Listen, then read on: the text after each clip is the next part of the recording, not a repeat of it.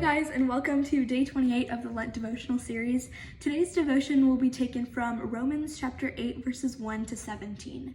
So basically in this passage, Paul presents two contrasting ideas, and it's the idea of the spirit versus the flesh. He frames the spirit as this God-centered entity that keeps relationships with God united and holy. But the flesh he outlines as this self-centered way of living life by breaking apart community and relationship with God. He explains which one of the ideals that the Christians should put their faith into and adopt throughout this passage. He states that the Spirit has everything that we need, and that all the sinners need to do is to let go of the flesh, because as Paul says in verse 3, God did by sending his own Son in the likeness of sinful flesh to be a sin offering. And even though we are sinful, he asks us to abide and to take part in the Holy Spirit, because those living in accordance with the Holy Spirit are also living in accordance with God. He disregards all of our selfish deeds and pleads us to live a life in the Holy Spirit.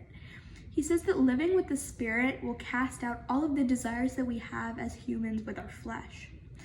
Paul claims that continually pursuing this spiritual mentality will keep Christians from straying from him, because Paul states in verse 7, "A mind governed by the flesh is hostile to God."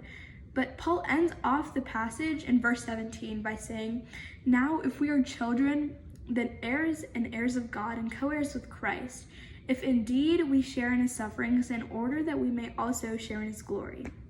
So God just wants us to reject the flesh and take on the Spirit every single day and make that choice day by day, blindly as if a child, so that we can take our place as co-heirs with Christ. This Lenten season, just remember that we are all co-heirs of Christ, and that we just need that constant reminder to accept the Spirit that God has graciously given us, and to live according to it, just praising his name. I hope everybody has a great day, and God bless.